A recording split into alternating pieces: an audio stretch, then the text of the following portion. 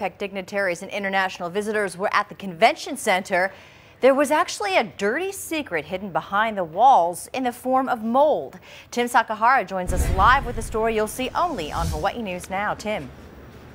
Well, Terry, all the barriers, all the security that was here did nothing to stop the millions of particles of mold that was growing inside the convention center and that was here during APEC.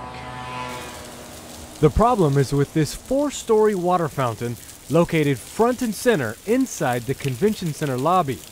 Mold that was first discovered back in September. The convention center's director of operations, Jennifer Nakayama, says after 14 years of use, leaks have formed as the tile and grout components began to show signs of wear and breaches into the supporting wall structure. The drywall and interior building substrates have begun to hold moisture, and therefore mold started to grow in the adjacent pump room. They wouldn't allow us to see that pump room, but the state hired a mold specialist, Pacific Enterprises Hawaii, to survey the situation, and indeed found a huge mold problem. So the question is, were all those foreign leaders walking and breathing right by the fountain in danger? Should Hillary Clinton be concerned?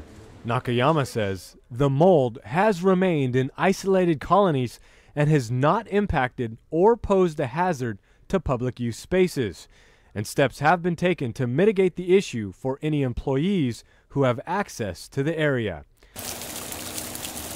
Apparently the mold is happy because the drywall is so wet, so mold spores have not gone airborne.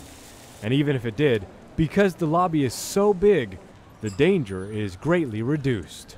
I think the important thing to remember is that mold is a symptom, it's not a problem. Darren Kaneshiro is also a mold expert.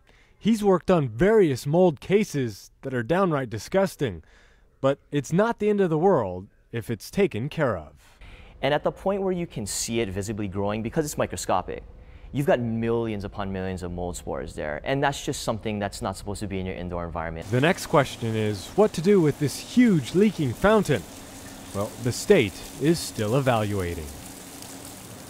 And prior to APEC, they did hire a mold contractor per se to essentially keep the mold happy.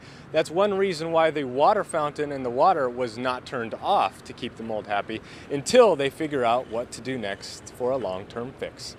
Reporting live from outside the Hawaii Convention Center, Tim Sakahara, Hawaii News Now. Thank you, Tim.